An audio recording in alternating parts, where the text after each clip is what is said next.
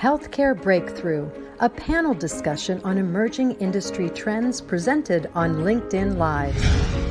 Each episode examines hot topics driving change from industry thought leaders in medicine. Healthcare Breakthrough, uncovering the next normal. Welcome to Healthcare Breakthrough, a LinkedIn Live event sponsored by AQuity Solutions. Today's Healthcare Breakthrough segment is focused on physician burnout, and our distinguished panel of experts will discuss what's being tried, what's working, and what to expect in the future.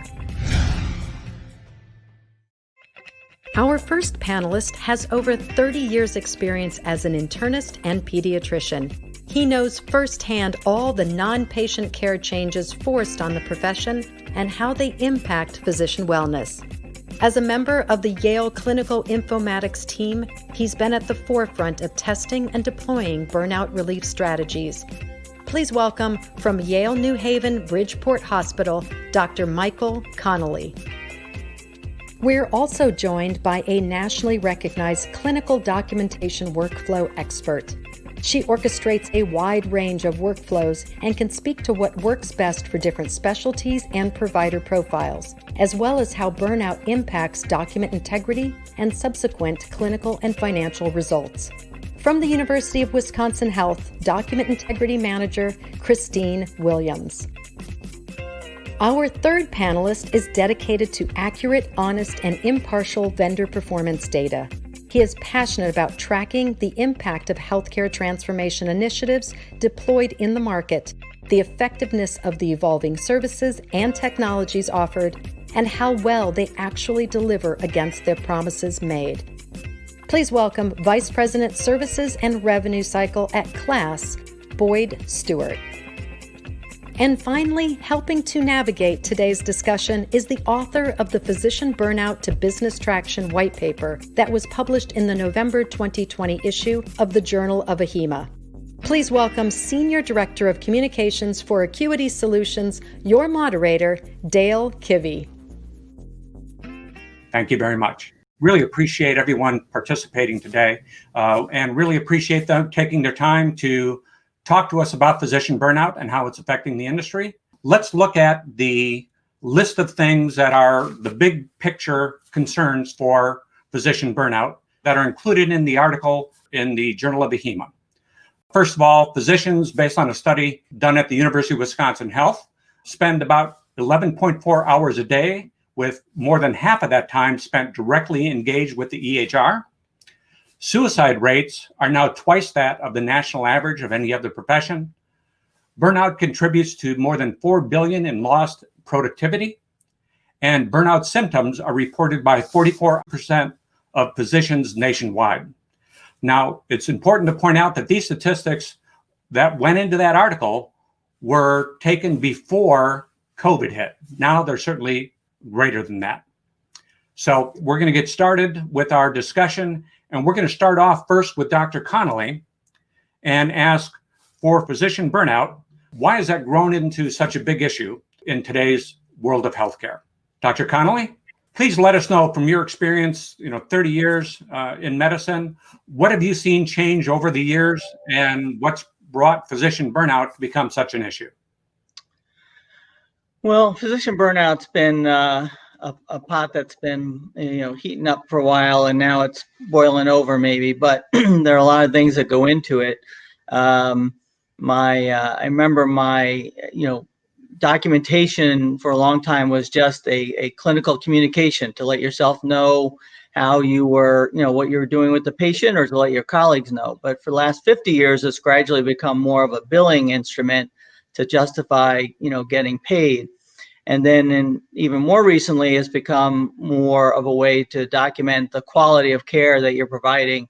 And that has, added considerable stress. Add to that the consolidation of medical practices into big health systems. And doctors have felt like they've lost a lot of autonomy, which has added to a sense of burnout as well. And then, throw COVID on top of that, and things are boiling over. Absolutely. Obviously, clinical documentation is a big part of what's driving physician burnout. And as referenced in the article that we've mentioned, the AMA has done a study, and the top 4 causes of burnout, based on a study of 15,000 physicians, said that it's really documentation efforts that have made all this stuff boil over. To that point, let's next go to Christine Williams, who with UW Health manages more than 100 folks in the clinical documentation revenue cycle point of the process of workflow. Christine, why don't you share with us what you think is really driving the causes of burnout and ways that UW Health is looking at addressing the issue? Your mic is, there we go. Try that again. Your mic was, these are the joys of being live, everyone. So thanks, Christine. Yeah, you bet. Thanks, Dale. I was just saying that I agree with what Dr. Connolly had stated, that this is something that's been heating up for quite some time.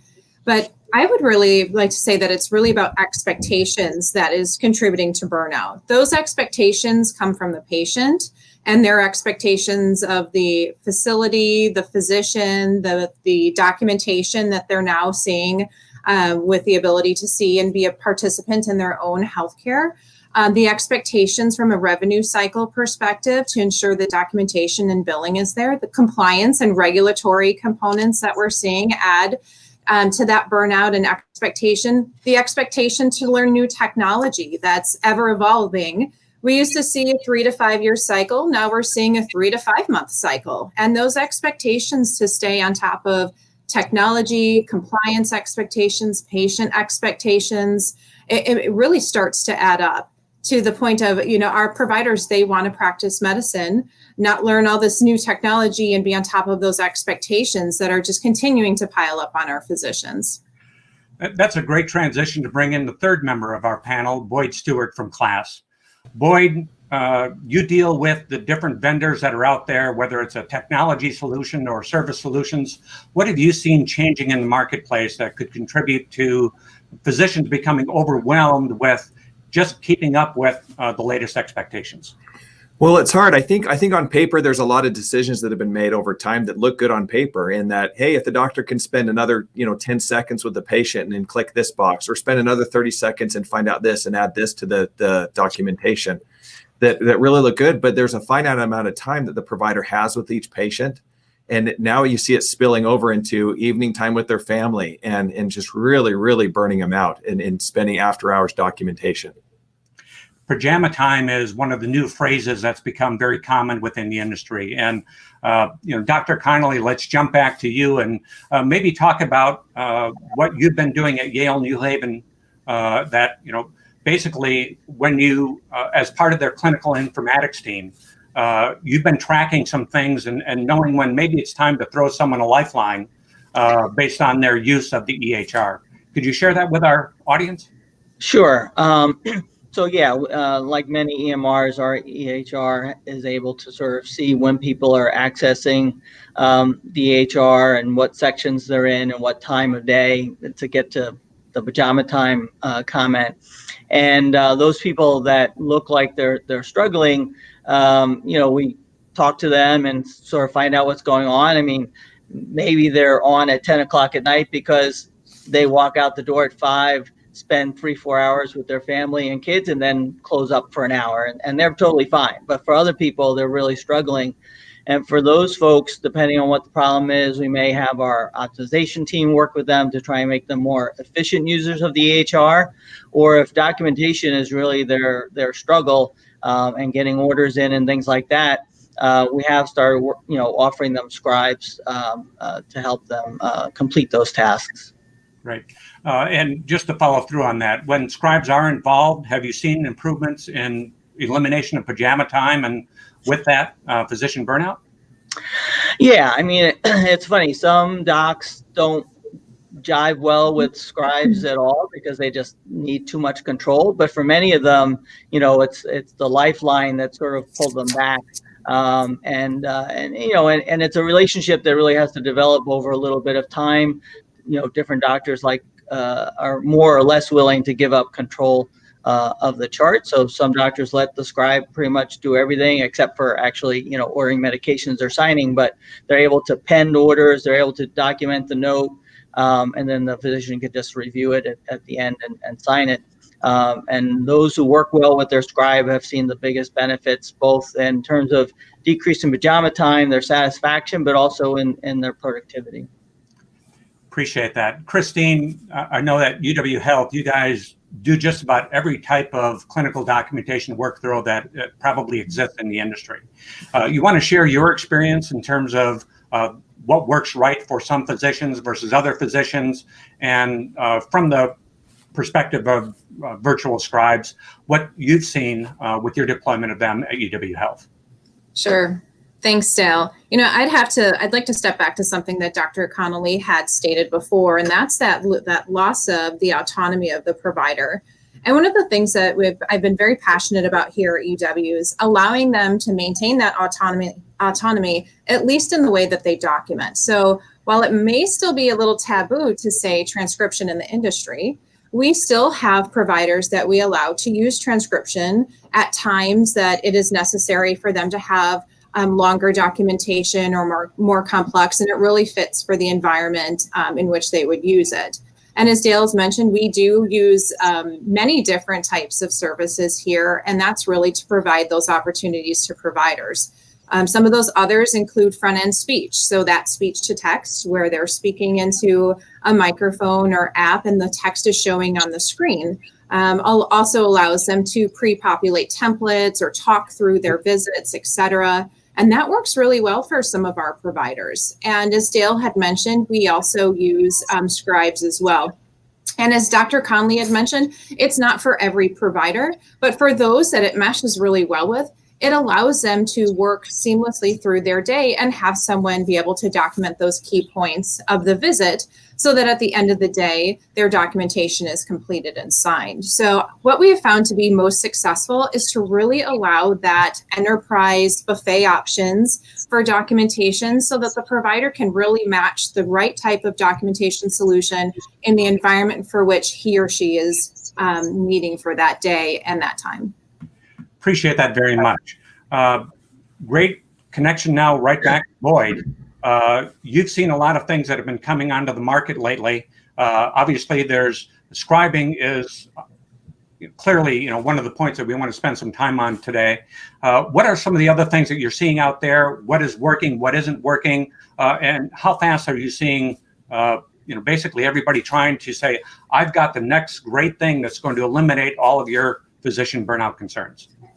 Yeah, and I'd like to echo Christine's sentiment there, as well as Dr. Connolly's, in that, the most successful organizations that we talk to are looking at this as they give the physicians a quiver, right? And there's a lot of different arrows in that quiver that they can pull from. And we have to remember that with these health systems that are looking for solutions to help doctors with burnout and clinicians is they're looking for the whole, right? They don't care about the drill bit as much. They're looking for the whole. And so, a lot of times, like ambient speech and AI and machine learning are big topics right now. And the reality is we talk to those customers, they're on a journey. And as long as their solution provider is really focused on providing that whole while they're on the journey, so if they're going from a very manual process, which feels more like virtual scribes today, with the end result hopefully being kind of a more automated capture of the encounter, that's fine as long as today the provider has that whole. They need the outcome. And if I'm a health system looking at different solutions, I want to make sure that the vendors I look at are considering that I can talk to their most successful customers, because we've seen, front end speech be deployed wrong, and scribes deployed wrong. And the way that happens is a lot of times you say, hey, this doctor has a lot of pajama time. Let's just throw speech at him, or let's throw a scribe at him. And without the proper training and expectation setting and change management, they're not going to get the most that they can out of it. I think you're a great person to follow through on that because of the Arch collaborative effort with KLAS. And with that, the Arch, for those who aren't familiar, the Arch collaborative, I'll let Boyd give you the statistics on it in terms of the scope of this, but it really is the most comprehensive research being done on EHR satisfaction, and has been, commented on by Dr. Thomas Mason, the CMIO for HHS, as the best research that exists on basically taking care of physicians and making them happy within EHR. What are the different tools, whether it's technology or services? And I kind of know the answer to this, at least for one of the things that works really great from the responses you've gotten back with the Arch Collaborative for what works. Yeah, when done right, like I said, it's usually a mix. But it's interesting when we interview health systems that are using front-end speech, scribing services, any number of these things, a lot of times the response is for those that are using it, they love it and they'll die before they give it up. And like Dr. Connolly says, sometimes it's not a good match, but the health system sees the value. And so a lot of times they want to find ways to deploy it broader. And we've seen some big impacts. But like you said, on the Arch Collaborative, the best indicators for EHR satisfaction is proficiency. It's training. Candidly, there's a lot of times, it's much less the logo of the EHR you select when it comes to this versus your own governance and your training and your strategies on deployment. Not to say that logo doesn't have, and which EHR you have doesn't have some impact, but a lot of times it's the health system's culture and strategy more than anything that influences that. Appreciate that. And, obviously, we know that the AQuity scribes have scored amongst the best in terms of delivering EHR satisfaction for their pool of physicians. Christine, why don't you share with us the scope of the different responses that you're getting from pools of physicians of what is really working for them and relieving some of these burnout concerns? Sure. When you're looking across the board in documentation solutions, as I've mentioned before, it really is matching the right type of solution with the provider. Things that we have seen to be most successful is really great training and onboarding. I don't recall if it was Boyd or Dr. Connolly that had mentioned that if you don't have a great training and implementation, really that can make a difference. So, working with scribes specifically can really alleviate some of those, click fatigue, as I like to say here, of, I love that question of how many clicks is this going to take me, right? Am I going from 20 clicks? And I see you laughing, Dr. Connolly. I know that you probably thought that yourself of, is this going to take me, how many clicks am I going to save on this? Right. And an interesting statistic, Dale, is when I've been doing some research on, physician burnout, fatigue, or it's really click fatigue. Some of our physicians, our ED physicians, are clicking 30,000+ times during one of their days. And when you think about that much clicking, I remember back when I was a young HIM professional thinking it's just a few clicks and scrolls. Well, those few clicks and scrolls really make a difference. And when we're, transitioning that click or scroll to someone else who's becoming more proficient in the record, such as a virtual scribe or at some point AI, it really makes a difference where the provider can then focus their time with the patient instead of focusing their times with the clicks and scrolls. Right. Boyd mentioned it before too, and as Christine just mentioned, many people think of their little individual section as just a couple more clicks, whether it be the the billing people or the compliance people or the quality and value team, but they do add up over time, and it all ends up falling back on the clinician. And training is important. I think a lot of our clinicians underuse the speech recognition because they don't know. They use it as just straight speech recognition. They don't understand the orders and the commands that they can give it, and to sort of fine tune it. And whereas the scribe kind of comes up and running a little bit quicker. We've actually started using scribes to help a little bit with the training, to emphasize to doctors the parts of the things that the scribe can't do, but they can sort of teach them how to be more efficient in the EHR.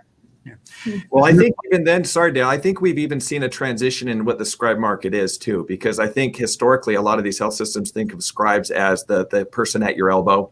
A lot of times health systems hire those on their own, and it goes great when you have that same person day after day, and then heaven forbid they go on to medical school or they go on to another career, and then you've got to start over. And so I think most of what we're measuring today and seeing the satisfaction, what we're talking about today is virtual scribes, where you may not have the same person, but they've been all trained the same way, and you get a consistent experience. Is I think what drives satisfaction with scribes more than anything is just a consistent, predictable experience. Appreciate that. And, interesting statistics there for those people that are on site. Probably 85 to 90% of the people who do that function are, just as you pointed out, either med students or PA students that are taking a gap year. And with that business model, they would get clinic hours for having participated as a scribe because they're actually obviously in the exam room. COVID certainly had a significant impact on that, where having extra people around is something that you wanted to avoid. And that's really thrown a wrench into that particular business model, where that's not the case with virtual scribes, that not only are there considerably less people who are PA or med students who are going into that, people are doing it more as a profession, and you get better consistency, as well as you're out of that one-to-one relationship where if one person has a flat tire on the way to work, you don't have to worry about it because there's backups available if you're in a well-run virtual program. All of this has to do with the stress and the complexities of EHRs, which are obviously very different than what things had been back when Dr. Connolly, you first got into the profession of practicing medicine. I remember a number of years back when certified EHRs were first being launched, I was having a conversation with the COO of a major healthcare chain, and he said that he had gotten calls from physicians that had been with them 15, 20 years and said that they've done the math, that now that all of this documentation is on their shoulders, the extra time that it was going to take them, personally, for some of them, it was going to cost them $80,000 to $100,000 a year in personal income because they were going to have to see fewer patients. And obviously, when scribes are involved, not only do you cure the pajama time, but you can also increase the number of patients that are seen in a given workday.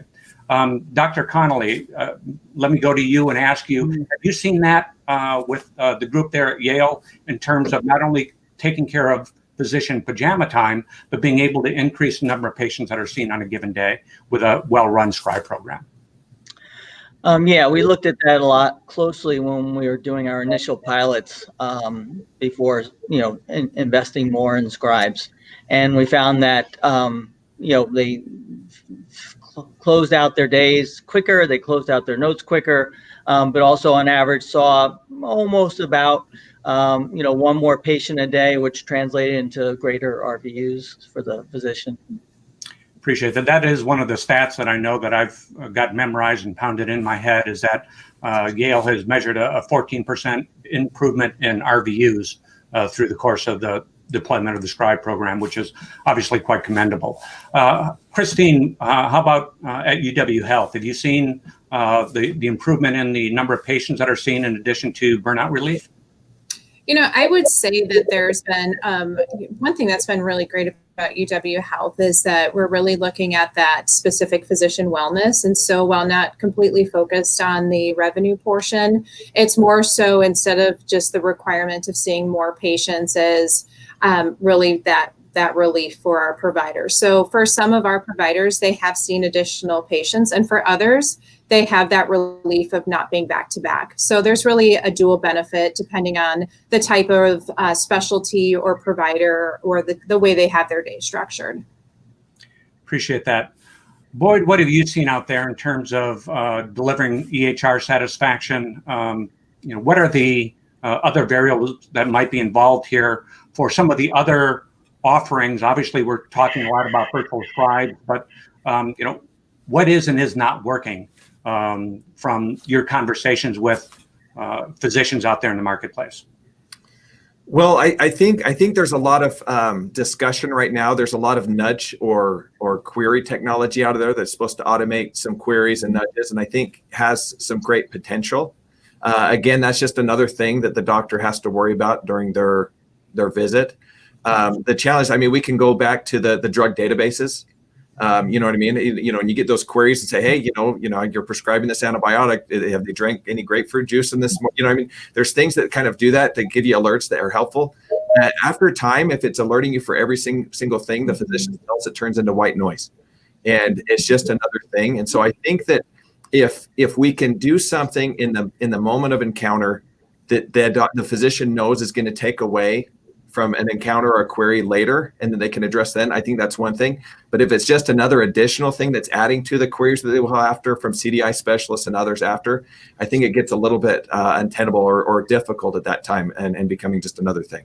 Yeah, I think you're referring to those code prompting systems that, based on the way that AI kind of filters through the information that they've already gathered, as they're trying to have the EHR focus on that revenue cycle, tool, here, please qualify all these different things so we know the right code to apply, which obviously distracts from the relationship that the physician is trying to have with the provider or with the patient at the time. Yeah, I mean, I think there's a place for it, but as we've talked to some health systems that have been relatively happy with it or pretty pleased with it, the challenge there is and this is what I'd say is health systems struggle with deploying any technology. I mean, you mentioned some metrics there from the scribes, Dr. Connolly. That's really good. That's something you can go to the CFO with and say, hey, this is why we're investing here. A lot of times these technologies, it may help the physician feel better or it's adding another layer. But if you don't know what the actual ROI or what the impact is, and you can't really enunciate that well for a CFO, it's really hard to continue that investment and remain with those solutions. Well, another area, Christine, had sort of touched on the physician wellness. You just touched on the the CFO aspect of things. One thing I saw when I started working with a scribe was my patient experience numbers improved. And they were already okay, but they got even better. And I think it's because I was able to just maintain that eye contact with the patient and not having to be looking at the computer. Well, yeah, I mean, they talk about the swivel neck, right? And so I think the doctors that are adapting their lives best kind of treat patients like this, and that's best for them because it reduces what they're doing in pajama time. Unfortunately, then their patient scores go down. And so to find that balance is really, really hard. And you look at the impact. I think that same AMA article, Dale, that you referenced, talked about the cost, the physical cost of replacing a physician in the hundreds of thousands of dollars. And beyond that, we're talking about people, people that care for people and want to improve healthcare and those things. And it's just such an emerging challenge and emergency that we've got to help these physicians that care for us. Absolutely. I agree. And I would say just that expectation to tie back to the increased expectation of physicians, that visit equates to a quality score, which is then referenced on the internet for all to see. And when we lose physicians at any organization, our patients feel it, our health systems feel it, and the physician feels it, regardless of where he or she may go after leaving an organization. So I think it's really critical to see that this is multifaceted. And it impacts everything from the patient to the provider to the health system and beyond. And really, I do feel that we need to continue to be agile, but also understand that makes our physicians fragile, right? And that is something that while we continue to throw out new technology and new opportunities, we also have to ensure that we're not increasing those expectations, that level sets the expectations or eases them for our physicians and not just toss them more solutions, but the right solutions. Yeah. What gives me hope is that, a lot of the startups and even innovations that we're seeing from existing vendors, rather than focusing on increase in CMI or increase in these different pieces, they're talking about increase in or decrease in physician burnout.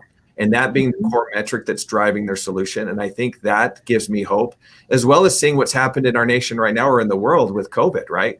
In a matter of months, we've come up with a few options for a vaccine that look very promising. If we can and I'm not comparing physician burnout to COVID, but what I am saying is that it is an emergency and it's something that needs a lot of focus, and these crises drive innovation. And that's what I'm hoping for, is that we can close this gap sooner than later. When we really focus on physician wellness, all these other things take care of themselves. And we've all talked about it in terms of there's so much involved with, from a virtual scribe perspective, the training that they might be able to do to help take part of the load off of the provider so that they don't have all of that documentation burden on themselves, and work with them, give them a little bit of help instead of throwing more technology that they've got to learn and continually evolve with. And, obviously the virtual scribe program has worked very well for UW Health and for Yale, and, is reflected in the KLAS Arch Collaborative scores. Really appreciate everyone participating today. So with that, let's give everyone a chance to kind of give a few wrap-up thoughts on physician wellness, the role of scribes, and what might be coming up in the future. Why don't we start with you, Dr. Connolly? Where do you think things are going to go here, at least within the next 3 to 5 years? Is there going to be a major breakthrough, or do you really think that the scribes are going to help be that bridge? I think the scribes will definitely help be the bridge because they're they're working there already. AI may offer some options, in the future, but like a Model T, it's got a long way to go before it becomes a Maserati. So I think AI's got some work to do to sort of make it seamless, and the scribes are there now and we can use them.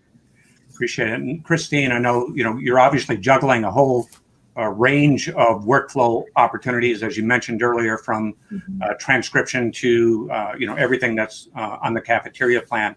How do you see that evolving over the next 3 to 5 years? Do you think there's going to be more scribes or more AI, or where do you think? Yeah, when we're talking about the next 3 to 5 years, I do think that while we'll see a large evolution in technology, I do think that there will be time to build that trust to ensure that everything that's required with those expectations are captured. I really think it's critical, and if these are my last few moments to speak here, Dale, if I can be speaking to my other health information professionals and revenue cycle professionals, remember that not every physician fits in a box. So when we get rid of certain programs that are efficient for them, remember what that downstream impact is to say, we're going to eliminate transcription and you have to self-document, or you have to no longer use front-end speech, or you have to use scribe. That understand that downstream impact and how that adds stress and burden in itself.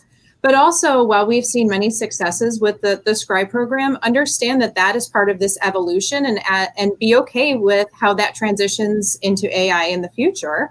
And just remember that not every physician is going to work well with a specific documentation solution, but it's about finding the right one. So if the scribe doesn't work, take a look at what those reports are, understand where those pain points are, and really dive in on how to make those workflows most efficient so that our providers can have a little bit of relief on that burden. Thank you, Christine. I don't know that I can add anything to that, Dale. I think they both summarize it great. And I just say that if AI is the future or automation is the future, certainly scribes are the bridge in some of these pieces, simply because I feel like when you look at what AI is supposed to look like, as far as the demos and the marketing I've seen, scribes are certainly the template for that, right? And the experience that they're trying to replicate in an automated fashion. Sincerely appreciate the time all of you have spent, and I think our audience can appreciate the quality of our panelists today and the different perspectives from different parts of the whole workflow environment. Thank you so much, Boyd, Christine, and Dr. Connolly, for joining us today and sharing your thoughts and perspective on what's happening within the industry. And as we wrap up, like to let everyone know that everyone who has been joining us today, we'll send you a follow-up email, and that email will have a link to it for the Physician Burnout to Business Traction article that appeared in the Journal of AHIMA, which is a collection and thread of studies that included from the AMA Practice Transformation Initiative. So you'll get an opportunity to dive into some of the details from peer-reviewed studies from the AMA. We'll also let you know that there has been a single vendor study now done on virtual scribe. It is new, recently released by Black Book. AQuity was ranked first overall, and we also rated first in 12 of the 18 categories in comparing and contrasting 20 different industry competitors. Finally, really appreciate you joining us on our first LinkedIn Live effort for Healthcare Breakthrough. And our next episode will be in late January, and we'll be talking about women in leadership. We've got just as impressive of a panel that'll be joining us for that. And thank you all for taking some time out of your day and spending a little bit of it with us on Healthcare Breakthrough. Thank you very much. AQuity Solutions for Smarter Healthcare.